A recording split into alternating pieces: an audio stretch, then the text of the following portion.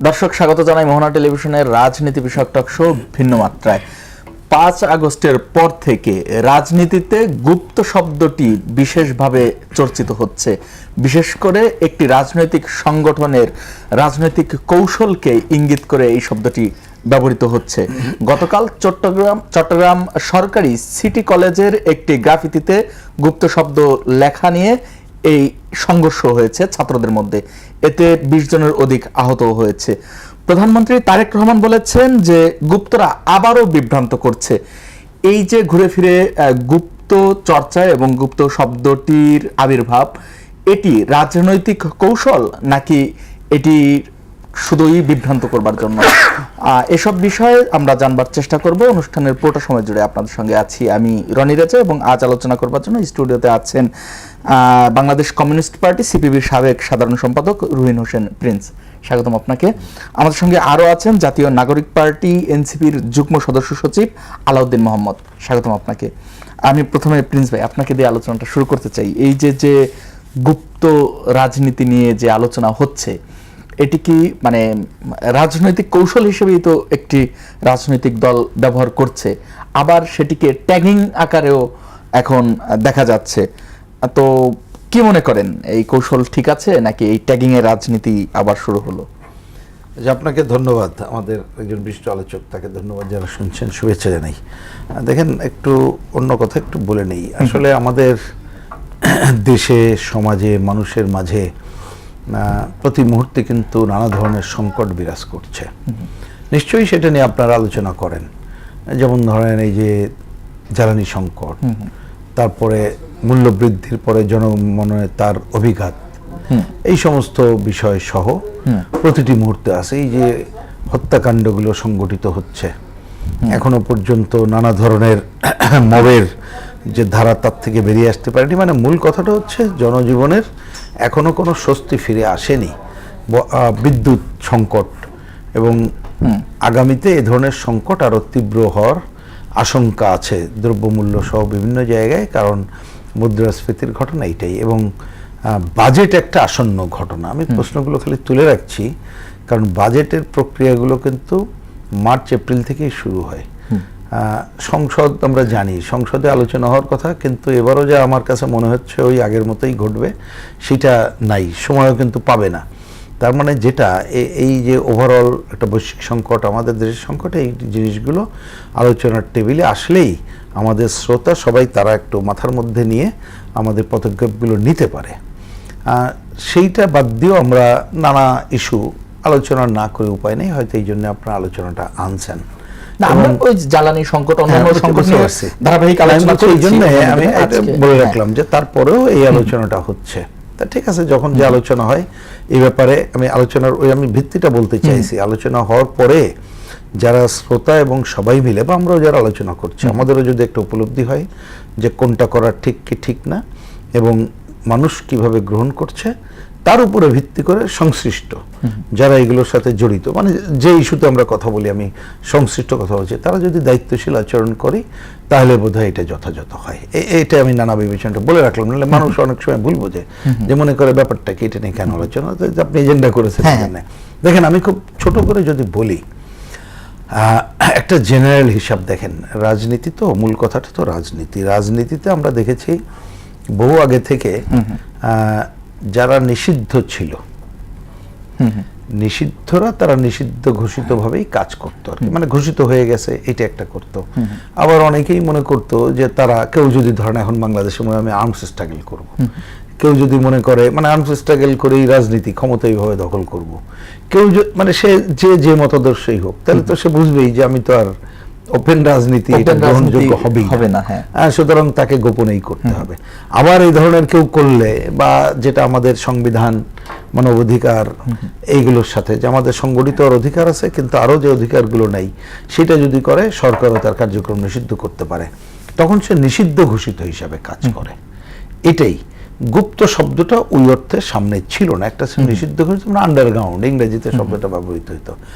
আর একটা হতো যে এই ধরনের যারা নিষিদ্ধ ঘোষিত, মানে হয়তো আন্ডারগ্রাউন্ডেও নাই, মানে ঘোষিত আন্ডারগ্রাউন্ডে না, কিন্তু রাজনীতি নিষিদ্ধ করা হয়েছে। তা তখন তারা অনেক সময় যে বিভিন্ন রাজনৈতিক দলে ঢুকে, আমি রাজনৈতিক দলের কথাই বলছি কারণ এজেন্ডাটা যেহেতু রাজনৈতিক দল, তার ছাত্র সংগঠনের কাজ যাই হোক, ওইটার মধ্যে কাজ করতো।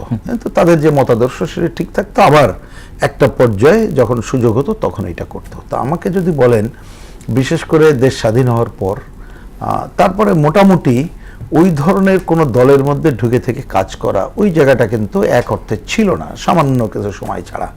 আর আন্ডারগ্রাউন্ড পলিটিক্সটা ছিল, নিষিদ্ধ ঘোষিত ছিল, অথবা নিজেরাই এই প্রচলিত ধারা পলিটিক্সের বিরুদ্ধে না তারা করতো। তো এইটা নানা ঘটনায় নিষ্পেষণ বলতে পারেন, কেউ মানুক না মানুক, নানা ঘটনার মধ্য দিয়েই অনেকদিন ধরে দৃশ্যত ওইটা নাই তা হয় না, একটা সোসাইটিতে এটা থাকবে ভাই, তা সেইটা নাই। তা কিন্তু এইবারের যে গুপ্তর আলোচনাটা যেটা আসলো সেইটা একটু ভিন্ন মাত্রার। আমি ছোট করে এই পার্টে খালি বলি, যদি আমি বুঝে থাকি, বিশেষ করে এইবারের গণ অভ্যুত্থানের শেষ দিকে এসে, কারণ গণ অভ্যুত্থানের কথাটা আমি বলছি, এটা তো কর্তৃত্ববাদী স্বৈরাচারী সরকারের বিরুদ্ধে দীর্ঘ লড়াই চলেছে, যে সময় ধরে আর কি, যে কয়েক হাজার দিনের লড়াই, আমি বলি যে মোর দেন 5,000 বেশি দিনের এটা লড়াই এই পর্বের। তো সেইখানে এসে যে ছাত্র বন্ধুরা তারা যেভাবে অংশগ্রহণ করলো, আমরা কিন্তু দেখতে পেলাম যে প্রথম দিকে তারা ওই ছাত্রলীগ, মানে যাদের বিরুদ্ধে সংগ্রাম, ওই জায়গায় স্লোগানগুলো ছিল, দেখবেন যে বঙ্গবন্ধুর বাংলায় বৈষম্যের ঠাঁই নাই, এই সমস্ত, এমনকি গান বাজনা এগুলো মুক্তি কি বলে আমাদের মুক্তিযুদ্ধকালীন সময়ে এই সমস্ত জায়গাটাই ছিল। কিন্তু পরে একে একে দেখা গেল বেরিয়ে আসছে যে তারাই তাদেরই দেশ, ডাকসু ইলেকশন বলেন, অন্য জায়গায় বলেন, যে তারা আসলে ওই যে দলগুলোতে ছিল, কিন্তু প্রকৃতপক্ষে ওই দলের নীতি আদর্শ করা নাই। কিন্তু আবার ইন্টারেস্টিং হচ্ছে যে আমরা যখন, আমি একটু মিলাচ্ছি এই জন্যে, কেউ যদি একটা আদর্শ বিশ্বাস করত এবং অন্য দলে যাইতো, তাহলে অন্য দলে গেলে আপনি হিস্ট্রি দেখতে পারেন, তখন কিন্তু সে হয়তো ওই দলের সাথে থাকতো, কিন্তু ওইটাকে ওই নীতি আদর্শকে মহিমান্বিত করার অন্যতম প্রধান ভূমিকাটা পালন করতো না। তাহলে তো মানুষের কাছে দ্বিমুখী চেহারায় চলে আসতো। কিন্তু এইবারের ঘটনাটা ভিন্ন ছিল, যার জন্য এই শব্দটা একটা প্রাধান্য পেয়ে গেছে, যে এরা কি গুপ্ত, আরো হয়তো অন্যান্য ভাষা ব্যবহার করে, আমি সেই দিকে যাই না। তো যাই হোক, সেটা তো ছিল, কিন্তু কোশ্চেনটা দাঁড়াচ্ছে যখন রাজনীতিটা ওপেন, রাজনীতিটা নিষিদ্ধ না, তখন তো আর এই ধরনের গুপ্তের প্রয়োজন হয় না। তাহলে হয় কি, মানুষের না হলে হবে কি, যে কোনো মানুষের প্রতি, আমি কথাটা এই কারণে বলছি যে ধরুন ইনোসেন্ট একজন ভালো মানুষ, কিন্তু মানুষের প্রশ্ন আসলে ও কি ঠিকই এই দলের লোক নাকি অন্য জায়গার লোক, না ওই যদি পার্সেন্টেজটা চলে আসে। যে রাজনৈতিক সংগঠনটির, ছাত্র সংগঠনটির কে ইঙ্গিত করে গুপ্ত শব্দটি ব্যাপকভাবে ব্যবহৃত হচ্ছে, আসলে তো এই দলটি, এই সংগঠনটি মানে নিষিদ্ধ ছিল না, কিন্তু প্রকাশ্যে তাদের রাজনীতি করবার অবস্থাও তো ছিল না। আগের সরকার যে পরিমাণ তাদের উপর নিপীড়ন চালিয়েছে, সে অনুযায়ী এই কৌশল অবলম্বন ছাড়া আর কিভাবে তাদের রাজনীতি করবে? ঠিক আছে, আমি এটা আসি, আমি আগের ধারাবাহিকতায় আসি। আমি বলছি যেহেতু এখন রাজনীতিটা উন্মুক্ত, ওপেন, এখন উন্মুক্ত, এবং তাতে হচ্ছে, আমি আরেকটা কথা যেটা বলেছি খালি রিপিট করি, কারণ মানুষের এত বেশি উন্মুক্ত হয়ে গেছে, ওপেন হয়ে গেছে, আপনি যদি এখন যদি ওপেন জায়গায় না আসি, তাহলে মানুষের সন্দেহ প্রবণতা বেড়ে যাবে, তাতে করে রাজনীতি এবং অন্য সব ক্ষতি হবে, সবাই সময় ধারণা করবে আসলে কি সেই দলের, এই দলের। তা সুতরাং আমি ওই কথাটা, শেষ কথাটা একটা বলে নিই, আপনারা ওটা আসি, যে এইসব জায়গা থেকে বেরিয়ে এসে যদি পরিবেশটা, সোসাইটি, আমি সমাজের কথা বলছি, রাষ্ট্র সরকার এরকম করে দিতে পারে যে যার যার কথা সে বলবা নির্বিঘ্নে, তাহলে এই ধরনের গুপ্ততার আর প্রয়োজন হবে না, সেটাই হওয়া দরকার। এবার আপনি যে কথাটা বলছেন, আমার বিবেচনায় এটা ওই দলই ভালো বলতে পারে। কারণ আমাকে যদি বলেন, কারণ ওই দলের ধরেন যে সমস্ত, আপনি ছাত্র শিবিরের কথা বলছেন, যদি আমরা সাধারণভাবে বুঝে থাকি যে তারা তখন হয়তো ছাত্র লীগের মধ্যে কাজ করেছে, কিন্তু আপনি প্রকৃত চেহারা যদি দেখেন, সেরকমের কিন্তু সবটা তা বলে না। কারণ এদের মধ্যে কেউ ছাত্র শিবিরও আছে, পরে ছাত্র শিবির বাইরে এসে অন্য দলও করেছে, কিন্তু এখন ছাত্রলীগ ওইটার কি প্রধান ছিল।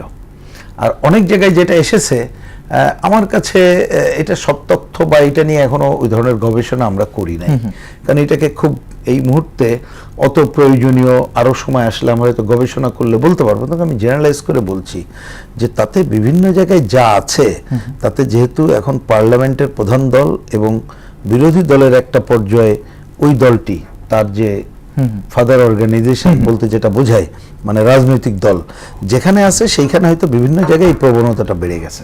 আচ্ছা, এই জায়গাটাই তা তাদের এর বাইরে দরকার ছিল কিনা আমার বিবেচনায় তারাই বলতে পারবে। কিন্তু আমি আবার বলছি যে মানুষের মধ্যে এইটা তো হয় কিভাবে আপনি বলেন।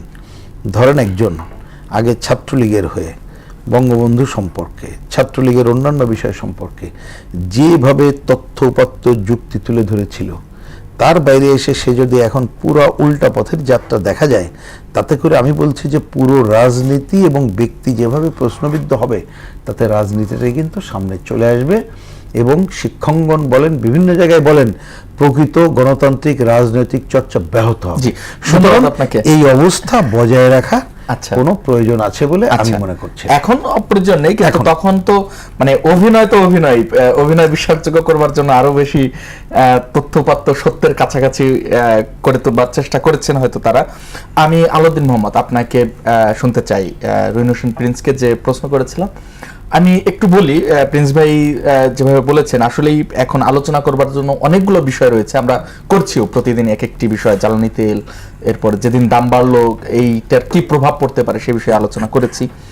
আজকে গুপ্ত শব্দটি আসলে 5 আগস্টের পর থেকে আলোচনা হয়ে আসছে, কিন্তু এর একটি অতি নেতিবাচক দিক আমরা দেখলাম গতকালকে চট্টগ্রামে একটি কলেজে 2 গ্রুপের ছাত্ররা তো বন্ধু, তাই না? আমরা কলেজে পড়েছি, কলেজ বন্ধুরা অনেক কাছের হয়, তারা একে অপরকে কোপাচ্ছে, পেটাচ্ছে, আহত করছে, এই পর্যায়ে গেছে। যদি ধারাবাহিকতা চলতে থাকে সামনে কি পর্যায়ে পৌঁছাতে পারে, আপনি একজন তরুণ রাজনীতিবিদ হিসেবে যদি বিশ্লেষণ করতেন। আপনাকে ধন্যবাদ, আমার সহলোচক প্রিন্স ভাই এবং যারা দেখছেন সবাইকে শুভেচ্ছা জানাচ্ছি। আমার মনে হয় 12 ফেব্রুয়ারি নির্বাচনের পর আমরা গতকাল একটি কালো দিবস প্রত্যক্ষ করলাম। আমরা কখনোই কল্পনা করি নাই যে নির্বাচনের অথবা নতুন সরকারের শপথ গ্রহণের 2 মাস অতিক্রান্ত হতে না হতেই আপনার দীর্ঘ 2 যুগ ধরে যে রাজনৈতিক দলগুলো, তাদের যেই মাদার কিংবা ফাদার অর্গানাইজেশনগুলো একসাথে জোটবদ্ধ ছিল, তারা একে অপরের বিরুদ্ধেভাবে অস্ত্র ধরতে পারে। তো আমার মনে হয় এইটা আমাদের আসলে মনে মগজে যেভাবে ফেসিবাদ, তারপর আপনার দুর্বৃত্তায়ন, রাজনীতির নামে যে সন্ত্রাস যেভাবে আপনার গেঁথে বসেছে সমাজের মধ্যে, সেটার একটা আমরা বহিঃপ্রকাশ দেখলাম। এখানে মূল জায়গাটা আসলে অ্যাক্টর চেঞ্জ হয়, কিন্তু যদি আপনি কালচার সিস্টেম চেঞ্জ না করতে পারেন, শুধু অ্যাক্টর চেঞ্জ দিয়ে কিন্তু কখনোই আপনার সমাজ পরিবর্তন করা যায় না, রাজনৈতিক সংস্কৃতির পরিবর্তন করা যায় না। যেই শব্দটি নিয়ে আজকে আপনি আলোচনা শুরু করলেন, প্রথমত আমি ব্যক্তিগতভাবে মনে করি যে গণতান্ত্রিক রাজনীতিতে স্বাধীন দেশে আপনার কোনো রাজনৈতিক দলেরই অথবা সংগঠনের উচিত না আসলে তাদের আপনার যেই পরিচয়, যেভাবে যেই চিন্তা ধারণ করে সেটাকে আপনার গোপন করে অন্য কোনো সংগঠনে, মূলত এইভাবেই তো আপনি যেভাবে গুপ্তটাকে সংজ্ঞায়িত করেছেন, অন্য সংগঠনে অনুপ্রবেশ করা এবং সংগঠনে থেকে আপনার নিজেদের স্বার্থ বজায় রাখা, এই বিষয়গুলো যদি আমরা আপনার হিস্ট্রিক্যালি দেখি, ইভেন মানে আমরা এখানে 3 জন আছি, 3 জনই আপনার চর্চায় ডিফারেন্ট থাকলেও আমরা 3 জনই একটা পরিচয় ধারণ করি।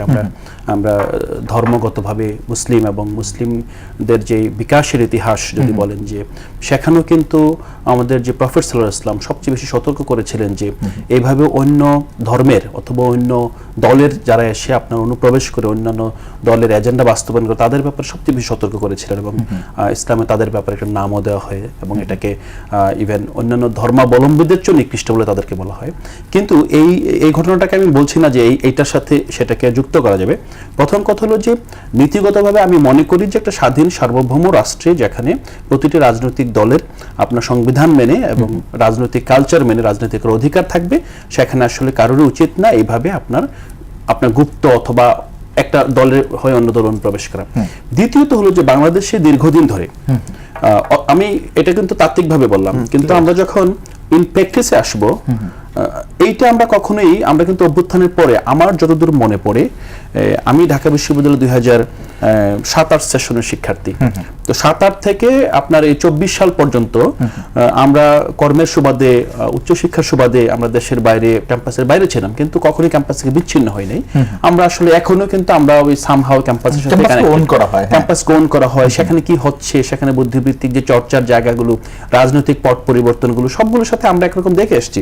সো আমরা এমন কিছু জিনিস দেখেছি যে 24-এর গণঅভ্যুত্থানের পরে প্রথম জানতে পেরেছি যে আমার সেই ছোট ভাই অথবা আমার সেই বন্ধু একটা রাজনৈতিক দলের সদস্য, এবং কিছু কিছু ক্ষেত্রে তাদের প্রতি শ্রদ্ধা আসছে, এবং কিছু কিছু ক্ষেত্রে আমি শঙ্কিত হয়েছি, এবং কিছু ক্ষেত্রে আমার কাছে মনে হয়েছে যে আমি আরেকটা ব্যক্তিগত ব্যাপার, শুধু আমার ব্যাপারে না, ঢাকা বিশ্ববিদ্যালয়ে আপনার হলগুলোতে যেই আপনার একটা হলো গেস্ট রুম সংস্কৃতি, আরেকটা হলো হলের মধ্যেই কিন্তু আপনার নির্যাতন কক্ষ ছিল।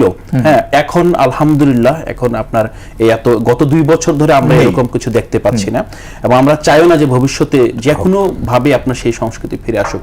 আমার ব্যক্তিগতভাবে আমি ঢাকার একটি কলেজে শিক্ষার্থী ছিলাম, যেহেতু ঢাকায় ইতিমধ্যে আমি কলেজে শিক্ষার্থী ছিলাম, সেখান থেকে আমি ইউনিভার্সিটিতে প্রবেশ করেছি। আমি আমার অন্য বন্ধুরা যারা ঢাকার বাইরে থেকে আসছে তাদের চেয়ে একটু বেশি প্রিভিলেজ ছিলাম। হ্যাঁ, আমার আব্বা মা ঢাকায় বাসায় থাকতো, সো তারপরও আমি পড়াশোনার সুবিধার্থে আমি ক্যাম্পাসে আমি আমার হলে অবস্থান করেছিলাম। একদিন মিড টার্মের আগের রাত 2:30টার সময় আমাকে এক কাপড়ে হল থেকে বের করে দেওয়া হলো, এবং পরের দিনে পরীক্ষা দিতে পারি নাই। কিসের ভিত্তিতে বের করে দেওয়া হলো? সন্দেহ করেছে যে আমি তো এই ফরদ মাঝারের পাঠচক্রে যাই, হ্যাঁ আমি ধরেন আপনার আরো অনেকগুলো অ্যাট্রিবিউটস মিলাতে পারে নাই, হ্যাঁ চুল বড় রাখছি, আবার আমি ধরেন ওই যে এখানে ছাত্রদের মধ্যে আড্ডা মারছি, আড্ডার ভিতরে একই সাথে মার্কসিস্ট আলাপ আলোচনা করছি, একই সাথে মৌদুদিবাদের কথা বলছি, আবার ধরেন ইসলামের মধ্যকার যে কৃষ্টি কালচার সেগুলো নিয়ে কথা বলছি, যেগুলো সাধারণত এখন অনেকটা স্বাভাবিক, বাট আমাদের সবসময় একটা আপনার প্যাটার্ন থাকে। এই প্যাটার্নে গেলে তো সে তো একই সাথে দুইটা ধারণ করতে পারে না, এটা আমাদের মধ্যে আছে।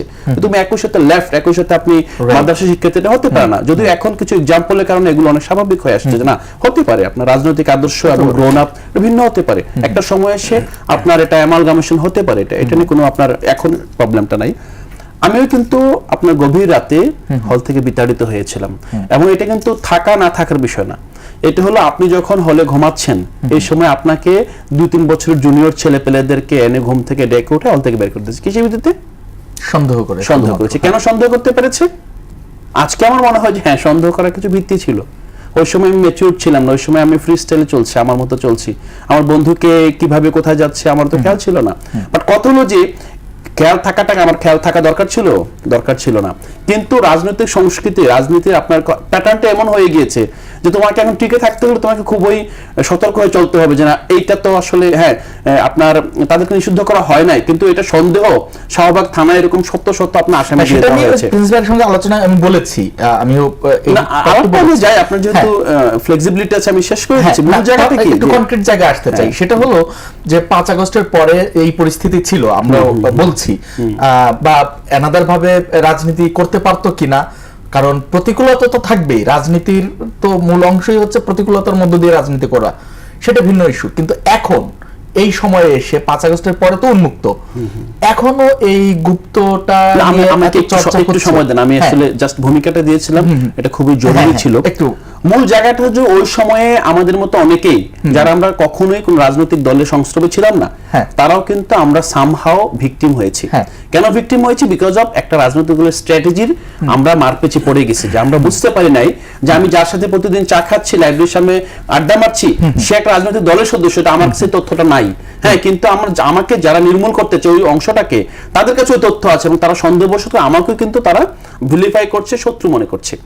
এই জায়গা থেকে আমরা যদি 5 আগস্টের পরে ঘটনা, এবং আরেকটা বিষয় বলি যে এই ফেসিবাদ থেকে আমরা যেভাবে আজকের অবস্থা আসছি, এটা আসার পিছনে কিন্তু ওই গ্রুপটা যারা আসলে এখানে নির্মূলের পথে ছিল, যাদেরকে আপনার রাতের আধারে হলের ভেতরে তাদের নির্যাতন করা হয়েছে, সকালবেলা পুলিশে দেওয়া হয়েছে, যেটা কখনোই কোনো আইনে কোনোভাবে আপনাকে সাপোর্ট করতে পারেন না, সেটার মধ্য দিয়ে যারা টিকে ছিল তাদের প্রতি আমার সমবেদনা আছে। আমি কখনোই মনে করবো না যে তাদের ওই সময় যেটা করেছে সেটা খারাপ করেছে, অন্যায় করেছে।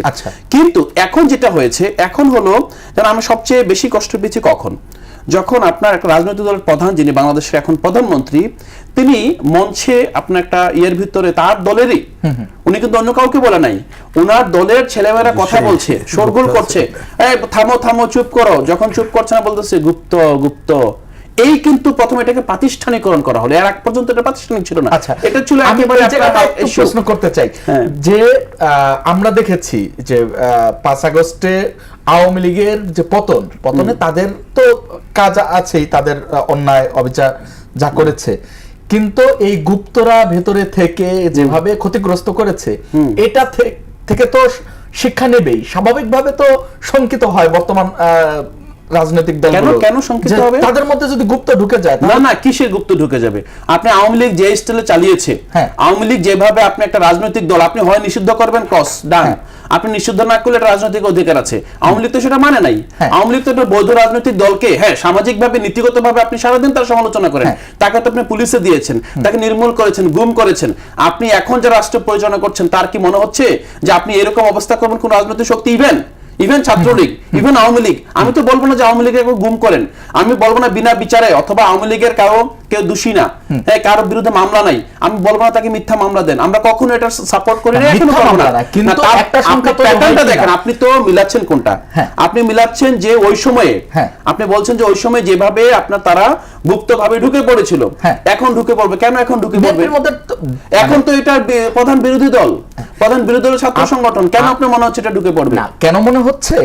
যখন আপনি প্রধানমন্ত্রীর যে বক্তব্যটিকে কোট করলেন, নির্বাচনী প্রচারণা ছিল নির্বাচনের আগে, তখন তিনি কথা বলতে নিষেধ করছেন, তারপরেও যারা কথা শুনছে না, তাহলে তিনি বলছেন যদি আমার মানে তার পার্সপেক্টিভ হয়তো এরকম যে যদি আমার দলেরই হয়ে থাকবে, আমার সমর্থকই হয়ে থাকবে, তাহলে আমি ফার্স্ট টাইম বলার সঙ্গে সঙ্গে বন্ধ হয়ে যাবে, আমার কমেন্ট শুনবে। যেহেতু শুনছে না, বিষয় দেখেন, যেহেতু শুনছে না, সে অন্য কেউ কিনা অস্বাভাবিক নয়। এটা শুনেন, এইটা ন্যাক্কারজনক। একটা রাজনৈতিক দল তার চেইন অফ কমান্ড উইক থাকতে পারে, কিন্তু আপনি যখন আপনার চেইন অফ কমান্ড, ইভেন বিদ্রোহী প্রার্থী আছে না, আপনি কি বলবেন যে আওয়ামী লীগ এখানে 80 জনের বেশি তো বিদ্রোহী প্রার্থী বিএনপির এবার নির্বাচন করেছে, আপনি বলেন যে তোমরা গুপ্ত, তোমরা তো আমি নমিনেশন দেই না বলে তুমি আলাদা নির্বাচন করছো, বলবে? হয়তো তাদের অন্য আপনি এত হয়তো যাচ্ছেন কেন? আমাকে যে জায়গাটা আসতে হবে সিম্পলি যে আপনি গুপ্তের মাধ্যমে এখানকার প্রথমত যদি কেউ এখনো গুপ্ত করে থাকে, প্রথম এটাকে আমি সমর্থন করছি না। আচ্ছা, 2 নাম্বার হলো যে আপনি গুপ্তের মাধ্যমে আপনি আপনার দলকে ক্ষতিগ্রস্ত করছেন, আপনি আপনার সহযোদ্ধাদেরকে আপনার মৃত্যুমুখে পতিত করছেন, যেটা আওয়ামী লীগ করেছে একটা সময়। মনে হচ্ছে তুমি যদি আমার সাথে না থাকো, কালকে তোমাকে ওই যে আমরা ইংরেজিতে বলি যে আপনার গিভ এ ব্যাড নাম বিফোর কিলিং এ ডগ, আপনি যদি কাউকে আপনি ভিলিফাই করতে চান তাকে একটা খারাপ নাম দিয়ে মেরে ফেলো, জঙ্গি নাম দিয়ে মেরে ফেলো। আপনার ইভেন আপনার মাদকের বিরুদ্ধে চলো যায় যুদ্ধে, মাদকের বিরুদ্ধে অনেক মানুষকে মারা হয়েছে বিভিন্নভাবে বিভিন্ন নামে। আপনি এখন আপনার দলের একটা ছাত্র দলের ছেলে 10 বছর রাজনীতি করেছে, হঠাৎ করে দেখা গেল যে দলের ভিতরকার শৃঙ্খলা প্রবলেম তৈরি হলো, আপনি তাকে গুপ্ত বলে তাকে আপনি মাইনাস করতে পারেন। এইটা আসলে রাজনৈতিক দলের ইন্টারনাল ক্রাইসিস। এই ক্রাইসিসটাকে আমরা নিয়ে গিয়েছি দুইটা দলের মধ্যকার ক্রাইসিসের ভিতরে। এবং আমি মনে করি এখন যারাই ধরেন যারা সংসদে দ্বিতীয় প্রধান বিরোধী দল, তাদের ছাত্র সংগঠন সদস্যদের এমন কোনো ইনসেন্টিভ নাই তারা আসলে গুপ্তভাবে রাজনীতি করার। তারা তো এখন মানে বাংলাদেশে এটা হলো দ্বিতীয় সর্ববৃহৎ বিরোধী দল। এর আগে আরেকবার কাছে যেতে চাই। প্রশ্নটি হলো যদি এরকম উদ্দেশ্য নাই থাকবে, তারা এখন যদি গুপ্ত রাজনীতি নাই করবে, তাহলে একটি ক্যাম্পাসের দেয়ালে লেখা নিয়ে কিভাবে সংঘর্ষে জড়িয়ে পড়ে আমি পরে শুনবো আপনাকে। আমি একটু প্রিন্স ভাইয়ের কাছে যেতে চাই। রুনেশন প্রিন্স, যদি বলতেন এখন এই সময়ে মানে গতকালকে যে ঘটনা ঘটলো, ছাত্র রাজনীতিতে আবার মানে ক্যাম্পাস রক্তাক্ত হলো, মানে আলাউদ্দিন মোহাম্মদ বলছিলেন যে গত 17 বছর বা তারও বেশি সময় এই রাজনৈতিক দল দুটো, সরকারি দল ও বিরোধী দল, একই সঙ্গে রাজনীতি করেছে, তারা কিভাবে মুখোমুখি সংঘর্ষে এরকম পরিস্থিতিতে চায়? আপনার ভবিষ্যৎ কি দেখছেন? বলি যে একটা আমি ওই যে গুপ্ত নিয়ে আলোচনাটা আমি এইখানে বলে শেষ করতে চাই। একটা মনে রাখেন, আমি কিন্তু আমার আগের আলোচনায় বলেছি, যদি এরকম চলতে থাকে তাহলে রাজনীতির প্রতি কিন্তু এক ধরনের অনীহাটা চলে আসবে এবং ওই দল এবং বাইরের মানুষের অবিশ্বাসটাই প্রধান হয়ে যাবে। তাহলে রাজনীতি তো আর থাকে না। একটা মনে রেখেন, একটা রাজনীতিতে একটা ছেলে মেয়ে, আমি তরুণদেরই বলছি, নাম লেখানো মানে কাল পরশু থেকেই ওই আদর্শ হয়ে যায় নট দ্যাট। হইতেই পারে নানা কারণে আসছে, পরে ওই আদর্শ বিলিভ করলেই থাকবে, নাহলে চলে যেতে পারে। অথবা যদি কট্টর অন্য কোনো রাজনীতি থাকে, যে কথা বলছেন যে আমি থাকবো ওদের মধ্যে ডিস্টার্ব করার, কিন্তু সেইটা একটা অন্য মাত্রার বিষয়। সেইটাকে বোধহয় গুপ্ত বলেন, এটা কি বলে যে অনুচর, ওই যে অনেক সময় থাকে না অনুপ্রবেশকারী, ও তার লক্ষ্যটাই ডিফারেন্ট। সুতরাং এর সাথে আমি জানি না গুপ্ত শব্দটা অ্যাপ্রোপ্রিয়েট হয় কাছাকাছি যায়, কাছাকাছি বলতে পারেন। সেটাই যে থাকে না অনুচর, এই কারণে যে ওর কামই হচ্ছে ডিস্টার্ব করা। এখন তাহলে যদি সেইটা হয়, একটা প্রত্যেকটা দলে ও থাকতেই পারে, আমি প্রত্যেকটা দল বলছি, তাহলে ওই দল তার নীতি আদর্শ এমনভাবে করা দরকার যে প্রত্যেকটা কর্মীকে প্রতি মুহূর্তে কিন্তু গড়ে উঠতে হয়। আমরা যেভাবে ভাবি, দেন আজকে কেউ আমাদের পার্টিতে নাম লেখালে, ইনক্লুডিং আমি সহ বলছি, আমাদের সর্বোচ্চ নেতা, আমরা বলি যে প্রতি মুহূর্তে কমিউনিস্ট থাকতে হয়, মানে হতে হয়, থাকতে হয়। আজকে আমি আসি বলে এই আধ ঘন্টা পরে আমার এমন স্খলন ঘটতে পারে, তাতে আমি নাও থাকতে পারি। মানে এটা সবার জন্য কিন্তু সেইভাবেই যার যার দলের সেই প্র্যাকটিস না হলে আপনি এইটা পারবেন না, এটা হচ্ছে মনে রাখা দরকার। তারপরে তো এই রাজনীতি আমি আগেই বলেছি যে ঘটনাগুলো ঘটবে, যার জন্য যে আপনারা যে উদাহরণটা আনলেন যে মিটিংয়ের মধ্যে যদি এই ধরনের আলোচনা হয়, তাহলে তো ওই দলে অবিশ্বাস সন্দেহটাই প্রধান হয়ে যাবে। এবার আসি যে কথাটা বললেন, আমার পয়েন্টটা আমি ঠিক নিজেও মিলাইতে পারি না যে একটা শব্দ লেখাকে এটাকে অ্যাভয়েড করলেই তো হয়ে যেত, কারণ এইখানে আমি জানি না যে এটা লেখার প্রতিবাদ আরো লেখা দিয়ে আমি অন্যভাবে এইটা দিয়ে করার দরকার ছিল না, মানে কি এইটা ধরে এটা দরকার নেই। কিন্তু আমি আপনাকে বলি, এটা বোধহয় আমাদের একটু যদি পুরনো ইতিহাস হিস্ট্রিগুলো দেখেন, তাহলে দেখবেন যে এই যে মুক্তিযুদ্ধ বিরোধী যে ছাত্র সংগঠনটির কথা বলা হয়, যখন 79-80 সালের দিকে তারা নানাভাবে তাদের উত্থানের জায়গাটা তারা এখানে আসতে চাইল, এবং তখন কিন্তু 80-র দশক এবং ওই জায়গা জুড়ে আপনি সেই চট্টগ্রামের জায়গা যদি বলেন, চট্টগ্রাম কলেজ, বিশ্ববিদ্যালয়, রাজশাহী বিশ্ববিদ্যালয়, খুলনা, এরকমের বিভিন্ন জায়গায়, বিএল কলেজ, কমার্স কলেজ, এই জায়গায় হলো প্রথমে এক ধরনের রক্তাক্ত ঘটনাগুলো কিন্তু ঘটা শুরু হলো। এবং ওই আমলেও যদি বলেন যে তখন কিন্তু যারা ফাইট করেছে, ছাত্রদল, ছাত্রলীগ, ছাত্র ইউনিয়ন, মানে তখন প্রচলিত সংগঠন ছাত্রমৈত্রী, এই ধরনের ছাত্রলীগ, জাসদ ছাত্রলীগ, আর অনেকগুলো ছিল, তখন ফ্রন্ট হয় নাই, তারা ঐক্যবদ্ধভাবেই কিন্তু এই মুক্তিযুদ্ধ বিরোধী এই ছাত্র সংগঠনটির বিরুদ্ধে লড়াইও করেছিল, এবং তাদের তখন ছিল একটা রক্কাটা পরিস্থিতি। সুতরাং এখানে একটা অস্ত্রসহ বহু সংঘর্ষ হয়েছে, এবং দখলদারিত্ব এইরকমও বহু জায়গায় ছিল, যার যার মতো টিকে রাখছিল, অন্য কেউ প্রবেশ করতে পারে নাই। এটা অতীতে। সুতরাং আমি বলছি যে এটা হঠাৎ করে হলো তা না, এই ধারাটা ছিল। কিন্তু যে কথাটা বলার জন্য বলছি, আমাদের যতই এই বিভেদ থাকুক, আমরা তো আর সেই জায়গায় থাকতে চাই না, এটা পরিষ্কার বক্তব্য, সেটা এখন কোনোভাবেই গ্রহণযোগ্য হবে না। যেমন ধরুন এই যে হলে উনি বললেন যে গেস্ট রুম, মানে কালচার বলছে, এটা তো কালচার বলা উচিত না, এই যে অপব্যবহার, মানে এইটা যে কোনোভাবে ছিল তারা বন্ধ করতে হবে, তাই নাহলে তো হবে না। এবং সেক্ষেত্রে কঠোর ভূমিকা নিয়ে বন্ধ করতে হবে, কোনোভাবে এটা গ্রহণযোগ্য করা যাবে না আর কি, যে সে যেই হোক না কেন। তাহলে এই রকমের জায়গা যেমন যাবে না, বিশ্ববিদ্যালয়ে অস্ত্রের ঝনঝনানি মোটেই আমরা দেখতে চাই না, যেটা কালকে দেখলাম, যেই করুক না কেন এটা কোনোভাবেই গ্রহণযোগ্য না, এটা মনে রাখতে হবে। তার মানে আমি এটা ফিরে আসছি, তার মানে কি আবার ওই দখলদারিত্ব, আবার ওই জায়গাটা চলে আসা। তার মানে দেখবেন ওই কলেজ, আশপাশের বিশ্ববিদ্যালয়, রাস্তাঘাট, তার কি বলে টেন্ডারবাজি, ভাগাভাগি, ওইটার মধ্যে ঢুকে যাবে, এবং একবার ওইটা হয়ে গেলে এইখান থেকে কোনোভাবে ফিরে আসতে পারবে না। যে রাজনৈতিক দলের হোক না কেন, কর্মী বাহিনী হোক আর সদস্য হোক, তখন তারা যতই গুপ্ত বলুক, এই গুপ্ত বলে কিন্তু পার পাবে না। সুতরাং বিশেষ করে এইবার একটা গণঅভ্যুত্থান উত্তর বাংলাদেশে, আমরা তো একটু যার যার মতাদর্শ থাকবে, কথা বলার অধিকার থাকবে, কিন্তু একটা গণতান্ত্রিক পরিবেশের মধ্য দিয়েই আমরা আমাদের কথা বলবো, জনগণের কাছে যাব, জনগণ যাকেই রায় দেবে আমরা সেই ধারায় যাব। সেই জায়গায় এই উদাহরণটা মোটেই ভালো হয় নাই। সুতরাং আমি মনে করি যে এক্ষেত্রে বিশ্ববিদ্যালয়, কলেজের শিক্ষক সহ অন্যদেরকে আরও আগে আসা দরকার। এবং আমি জানি না যে এক একটা জায়গায়, যেমন আমরা ঢাকা বিশ্ববিদ্যালয়টা একটা পপুলার উদাহরণ দিতাম, যে একটা সময় ছিল যে বিশ্ববিদ্যালয় পরিবেশ পরিষদ, যেটার মধ্য দিয়ে আলাপ আলোচনার মধ্য দিয়েই যে ছাত্র সংগঠনগুলো তাদেরকে কিভাবে ইউনাইটেডলি কাজকর্মগুলো করতে পারে, এই বিবেচনাগুলো কিন্তু করা হতো।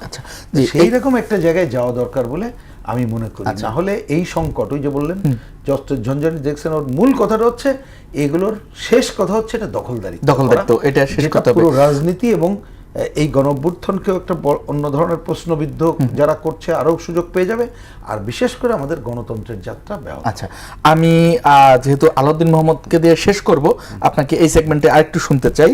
সেটি হচ্ছে নিউ এজ পত্রিকা আজকে একটি নিউজ করেছে যে মাজার ও দরবারে হামলা করার 61% হামলার কোনো মামলাই দায়ের হয়নি। আমি কেন আনলাম আলোচনাটা, এই যে আমরা কিন্তু আজকে আলোচনায় গুপ্ত রাজনীতিতে আলোচনায় এসেছে যে 24-এর পরে গুপ্ত রাজনীতির দরকার নেই, কারণ রাজনীতি উন্মুক্ত, সব স্বাধীন।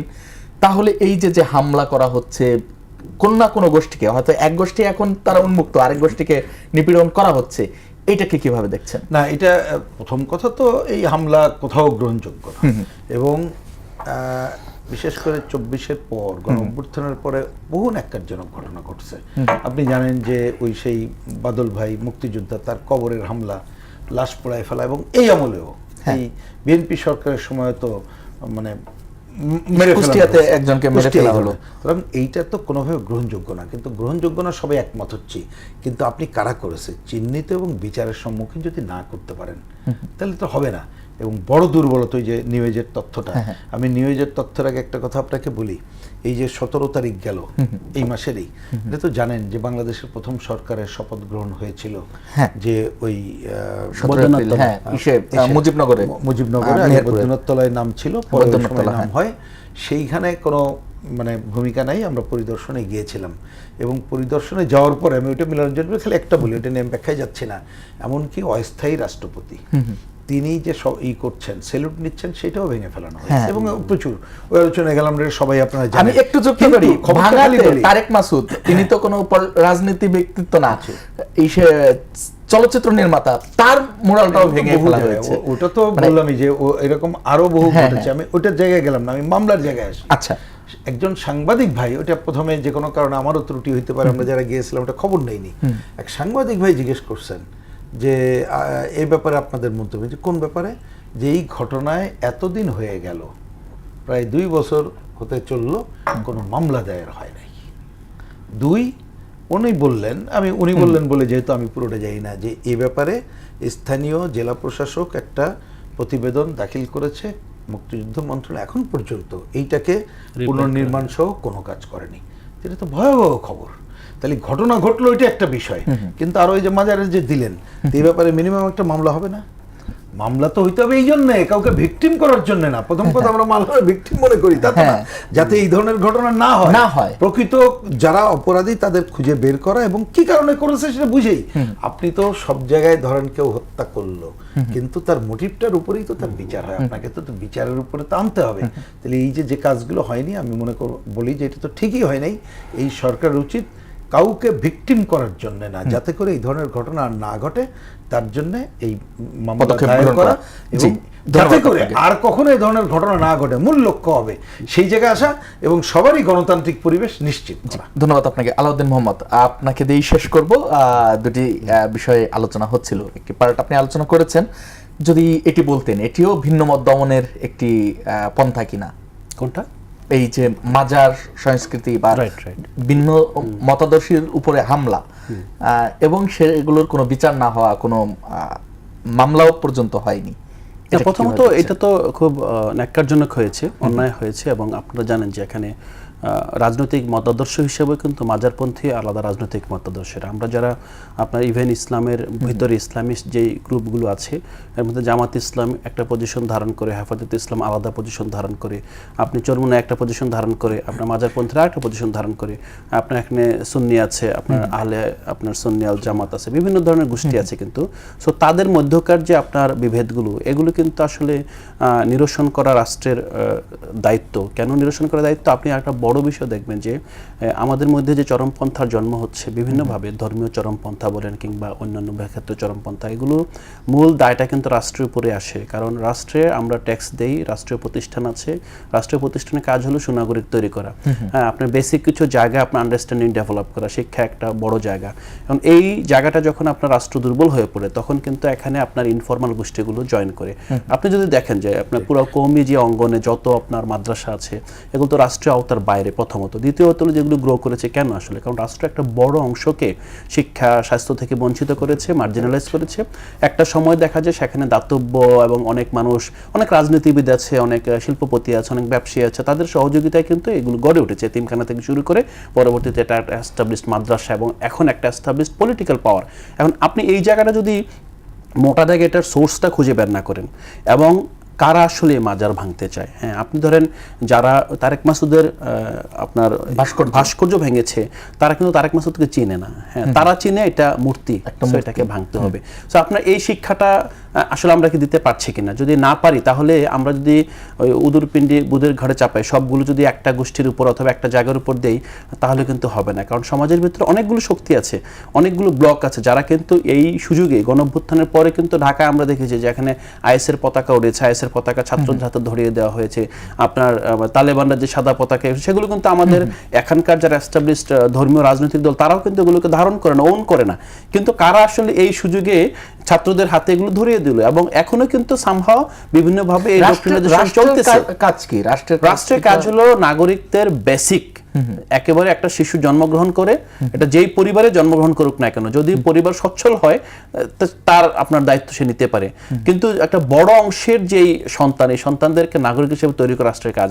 মানে এটার জন্য কি লাগবে আপনার, আমরা মনে করি যে তাকে মিনিমাম আমরা যেটা সংবিধানে স্বীকৃত যে মৌলিক অধিকারের সুরক্ষা দেওয়া রাষ্ট্র দায়িত্ব, সেই জায়গা থেকে রাষ্ট্র সরে আসতে পারবে না, কোনোভাবেই পারবে না, কোনো অবস্থাতেই পারবে না। 2 নম্বর হলো যে মিনিমাম আপনার কোয়ালিটি এডুকেশন এনশিওর করা। আমরা কিন্তু গত ধরেন আপনার যদি আমরা এই সময়টাই দেখি সবচেয়ে বড় ক্ষতি হয়েছে কোথায়, গতকাল পরীক্ষা শুরু হয়েছে, 25,000 শিক্ষার্থী আপনার পরীক্ষা হলে অ্যাবসেন্ট ছিল এবং কথা বলছে না। এটা বাংলাদেশে কখনোই ঘটে নাই। পরীক্ষা হলে অ্যাবসেন্ট ছিল মানে কি, সে রেজিস্ট্রেশন করেছে, আপনি জানেন গ্রামে গঞ্জে রেজিস্ট্রেশন টাকা এক সময় ওই কারো আপনার খাওয়ার টাকা, কারো ফিতরার টাকা, এক্স্যাক্টলি ধরেন রেজিস্ট্রেশন করেছে, ফর্ম ফিল আপ করেছে, ফর্ম ফিল আপ করে প্রবেশপত্র পেয়েছে, পাওয়ার পর 25,000 শিক্ষার্থী কেন পরীক্ষার হলে উপস্থিত হয় নাই? এই প্রশ্নটাকে আমরা নাগরিক হিসেবে করেছি? আমরা শুধুমাত্র আপনার মেগা প্রজেক্ট নিয়ে কথা বলবো, আমরা এখানে কৃষক কার্ড, ফ্যামিলি কার্ড নিয়ে কথা বলবো, সংবিধান নিয়ে কথা বলবো, হ্যাঁ এগুলো নিয়ে বলবো, কিন্তু এই মুহূর্তে আমার যেই ভবিষ্যতে রাষ্ট্র যাদের উপর দাঁড়িয়ে থাকবে তাদের উত্থান নিয়ে, তাদের গ্রোথ নিয়ে কথা বলবো না, তারা কিভাবে আসলে এই সমাজে বিকশিত হবে? আমার মনে হয় আমরা ওই মাজার সংস্কৃতি বলেন আর গুপ্তের জায়গাটা বলেন, আমাদেরকে প্রথম স্বীকার করতে হবে যে আমরা একটা শ্রেণীর মানুষের মানবাধিকার রক্ষা করতে এখানে ব্যর্থ হয়েছি। আচ্ছা, এবং এটা দীর্ঘদিন ধরে হয়েছে। আমি ব্যর্থ হয়েছি, আপনি হয়েছেন, ভাই হয়েছে, সবাই হয়েছে, সবাই মিলে ব্যর্থ হয়েছি। ব্যর্থ হওয়ার কারণে একটা গ্রুপ সামহাও তাদেরকে তাদের মতো অ্যাডপ্ট করতে হয়েছে। এখন আপনার কাজ, আপনি এই ফেসিবাদের পতনের পর 1400 শহীদের পর যে পরিবর্তনটা আসছে, আপনার কাজ হলো এমন পরিবেশ এনশিওর করা যাতে এই ধরনের সিচুয়েশন তৈরি না হয়, যে কোনো গোষ্ঠী যাতে আপনার গুপ্তভাবে রাজনীতি করতে না হয়, গুপ্তভাবে এখানে কোনো কিছু না করতে হয়। যদি মনে হয় আসলে তার চিন্তা, তার আদর্শ, তার ডক্ট্রিন রাষ্ট্রের সাথে যাচ্ছে না, সাংঘর্ষিক, তাদেরকে নিয়ে আপনাকে বসতে হবে, ডায়ালগে যেতে হবে। কারণ আপনার এখানে এটা একটা সোশ্যাল কন্ট্রাক্ট, এই কন্ট্রাক্টটা আপনাকে ভেঙে ফেলতে পারবেন না, যেটা আপনার ভেঙে গিয়েছিল। যেই কারণে কিন্তু আমরা গণপরিষদের কথা বলছিলাম, আমরা সংবিধানের আপনার আমূল পরিবর্তনের কথা বলছিলাম। আমূল পরিবর্তন কোন জায়গায়? ক্ষমতার ভারসাম্যের জায়গাটায়, রাষ্ট্রের আপনার যে নির্বাহীর ক্ষমতা সব জায়গায় ছড়িয়ে ছিটিয়ে দেওয়া, বিচার বিভাগকে স্বাধীনভাবে কাজ করতে দেওয়া। আপনার কি মনে হয় যে আপনার যুব দলের ছেলেটা আপনার ওই যে টিউবওয়েলের মাথা নিয়ে আপনার যে পীর শামীম তার মাথায় বাড়ি দিয়েছে, আপনি তাকে বিচার আওতায় আনতে পারবেন এই বর্তমান বিচার ব্যবস্থায়? আপনি পারবেন না, কারণ তার রাজনৈতিক পরিচয় এখানে ন্যায় বিচারের পথে বাধা। কারণ আপনি তো বিচার বিভাগকে স্বাধীন করছেন না। মানে আমি যেটা বলছি যে ধরেন আপনি একটা আরেকটা সমস্যার সাথে সম্পৃক্ত, এবং যখন এই সমস্যাগুলো রাজ্যের উপরে পাকা যায় তখন সংকট তৈরি। আমরা একটা সংকটের মধ্যে আছি, সংকটের মধ্যে থেকে আপনি সিঙ্গেল আউট করে কোনো প্রবলেম সমাধান করতে পারবেন না। আপনাকে মোটা দাগে এখানকার যেই সংকটটাকে অ্যাড্রেস করতে হবে, করার পর প্রায়োরিটি ঠিক করতে হবে। আপনার প্রায়োরিটি কি? আমার প্রায়োরিটি হলো যে এই মুহূর্তে এসএসসি পরীক্ষা শুরু হয়েছে, যেটা আমি বললাম ধরেন। দ্বিতীয় প্রায়োরিটি আমরা কেউ বলছি না, ধরেন আজকে প্রথম আলোর লিড নিউজ, আপনার বৈষম্য কোথায় গিয়ে দাঁড়িয়েছে?